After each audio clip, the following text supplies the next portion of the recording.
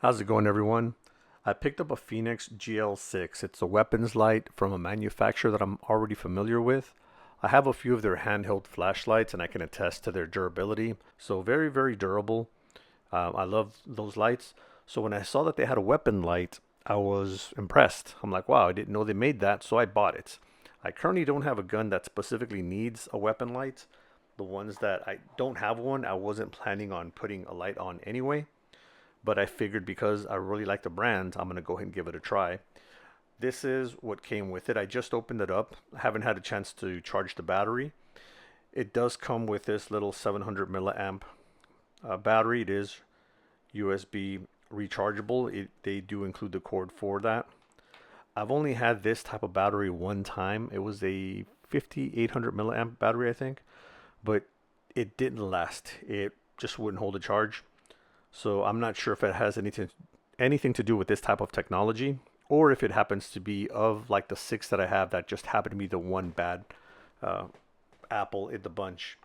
So we'll find out when I use this one if I have any issues after I charge it up a few times.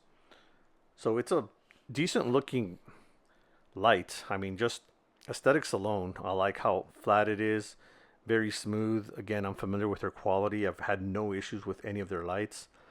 This is unique to me, at least. I haven't seen any that have that little type of integrated button. It's not like a little switch at the end like the Stream lights or O lights or Surefires. It's kind of flush.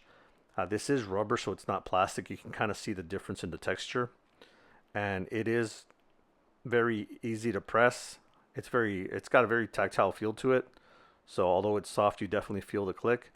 Unlike some of those other ones that I felt where the buttons are, I would say a little on the soft side. You don't really feel the click. You just kind of have to look to see if it's changing anything. This does come with little inserts. This one is for a Glock, and this lines up with the rail when you put it on a Glock. I'll have to see how to remove those. I'm assuming you twist and then pull out probably, but I'll find out. Yep, that's how it comes out. So I found out the easy way there. It does come with looks like 1913 Picatinny rail one, which of course makes sense. These are the two most common ones out there. I don't believe anyone else has anything proprietary. SIG's got that one rail, but I've never seen anyone make anything for them. And of course, this is the little O-ring for the light. This comes off, it just twists off. It's got the direction for the battery. Just slide that in, close it back up. This is in the open position. It even has that little decals there that show you which direction's which. Of course, down locks it into the gun. Let's see which guns I might be able to put this on. This is one of the guns I still need to work on. I haven't really worked on it too much. This is my FNX 509 LS Edge long slide. So I never intended to really do too much with this. Again, I got it just because it was there. But now that I have a light, let me see how this one looks. And I did discover, and again, I haven't read the manual. Why would I? It makes too much sense. That this little insert can be forward or backwards. You just kind of give it a half twist. It pops out. Then you could just face it the opposite direction and give it another twist. Oh, has to be flush, otherwise that little one button won't be in. Like there. There you go. So it'll either be front, or you could turn it around, have it be this way, and it'll be a little bit further back. It just depends on the gun, I guess, that you have. So this is right about here. It does leave a little gap, which is fine. It's not anything that affects most of the guns anyway. And then you just press down on that, locks it in.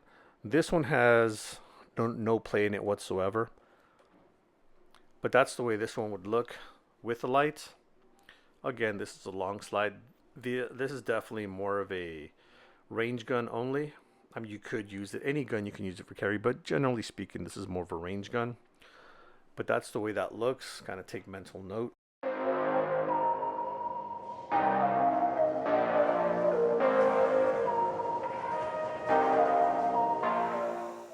And to take this off, you just flip that up, which I really like. As I was kind of toying with these, I like that I can just remove it that way. This is the Surefire XC1. It's made for Glocks, but I have it on my M&P. It just doesn't quite grab the rail properly.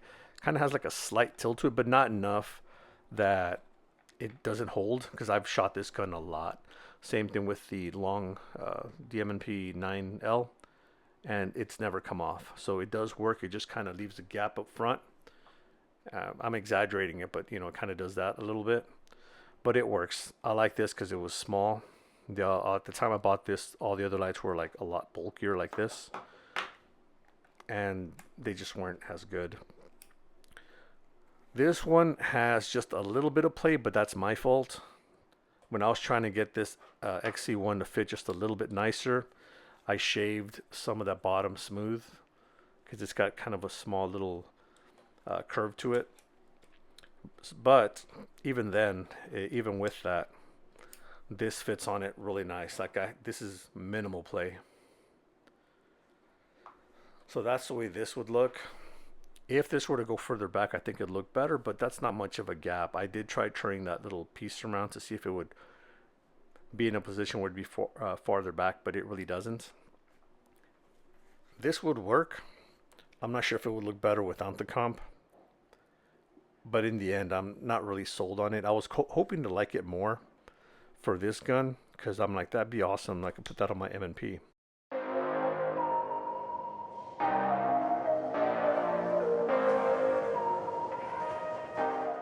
This one, I ran into a small issue. This is a 1913. As you could see, it worked on the other ones. And I, at first, couldn't get this to go on. The Glock piece is a little bit thinner. And I'm not sure why this isn't like really clasping on the way it should, right from the, straight out the gate. And so I'm not sure if it's something up with the specs on the gear sawn or not, because it looks like it should go right in, but for some reason it just doesn't grab. I've gotten it to go on just once or twice. Look, see, I already shaved off a couple of pieces there of the coating, which sucks because that's not what I want to be doing. See, the little rail piece doesn't quite seem to fit.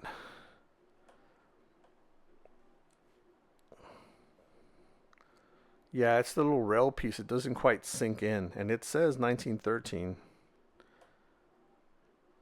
I'm trying to slide it in, see if it makes a difference, but it does not. So what I had to do earlier is put the Glock one. The Glock little insert piece is a little thinner. I'm not even on camera frame here. The Glock one's a little thinner, so it fits. But this is supposed to be, as far as I know, standard Picatinny rail. See, there it fits. And it clamps on so tight that there's minimal movement. Well, actually no movement on this one. And it leaves no gap. It's actually just gently pressed against that. So it's not like forcing anything to be smashed. I think this looks awesome. But I do like this gun with or without a light. Again, this to me is a range toy. Could be used, since it is a 4 1/4. It could be used as a carry gun. I don't plan on it, but if I ever get a holster for it, I could, and I wouldn't mind. I can actually shoot this pretty good now. Originally, I just wasn't a good shot with this gun at all. Every gun has a different feel, so I could be great with one and just suck with another. Overall, it's still not too bad. But that is this gun. We'll take a little poll. I'll take a picture of each of these with this light. Check to see which one should go on it. Since that fits with that, I wonder if this would fit with it. Because again, this is made for a Glock. I don't have a little tool to put this on with, but since I have it out, let's see how this looks with the Surefire light. I'm not going to clamp it on there too tight. I just want to see how it looks. This one's got a little bar that kind of stretches up a little bit, like at an angle. and it's pressing as you're tightening it up against the top of the rail, which is why on the standard 1913 rails, because they do have that slight curve to them on most of the guns, it makes it pivot. And again, that's just, I'm not continuing to tighten it all the way, it's just so we can get a look. See, this one again will work, it just seems out of place, like it doesn't. And because it's so far back, up close is not an issue, but I think farther away, I would imagine that's going to cast a shadow. But I figured I'd give it a look since this one did work with the Glock piece. So it's a shame. I definitely won't be putting the other one on the M&P like I wanted to, just because I don't like the way it looks on it. That's really all about it. That's the only reason, not because it wouldn't work or there's something wrong with it. But I do like the way it looks on this one.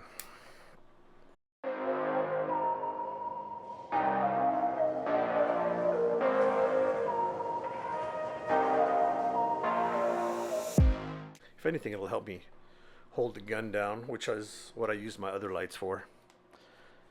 We'll take a little poll, check to see which gun looks the best with this light. Once I get the battery charged, I'll go ahead and put that in there. That's why I haven't turned it on. The battery is dead, so I need to charge that, which is what I'm currently doing. Once I'm done, I'll probably insert a little bit of the video with the light turned on. But it's a 600 lumen light. If you're not familiar with that output, it's what I would imagine most standard handheld flashlights to be as far as the power.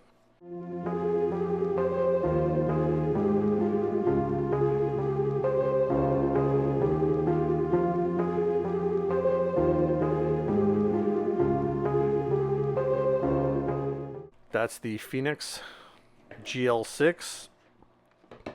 Once I put that on something, I'll probably black that out so you really can't see it as clearly.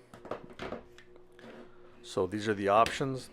This gun, the look is a little odd, but the function is amazing. I'm not a fan of the SRO on this particular gun. I'd rather have the RMR, which I do have on my other one. But since I had the RMR, I decided to leave it on there. Might as well use it. And the comp, I think it looks awesome. It's a little odd on this gun because it is thinner, which is what I think makes it look a little off for the lights. But again, the function, I can't argue with it. That's why it stayed the way that it is. I can shoot really, really good with this gun, which is why it's one of my two larger size carry guns. So that would be the second one. And again, the third would be the FNX LS Edge.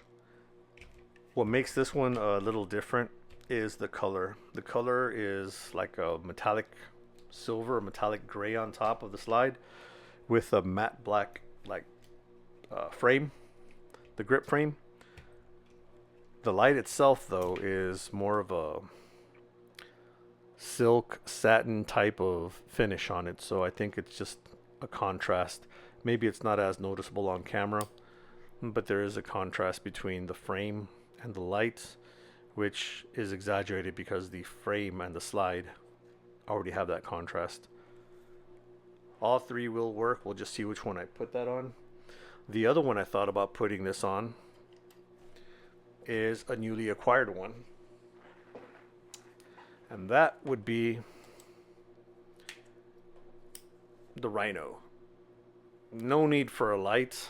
It's already a beast looking gun. But because of the flatness of the flashlight and the flatness of this overall style of gun, including the cylinder, it just seems to like match it.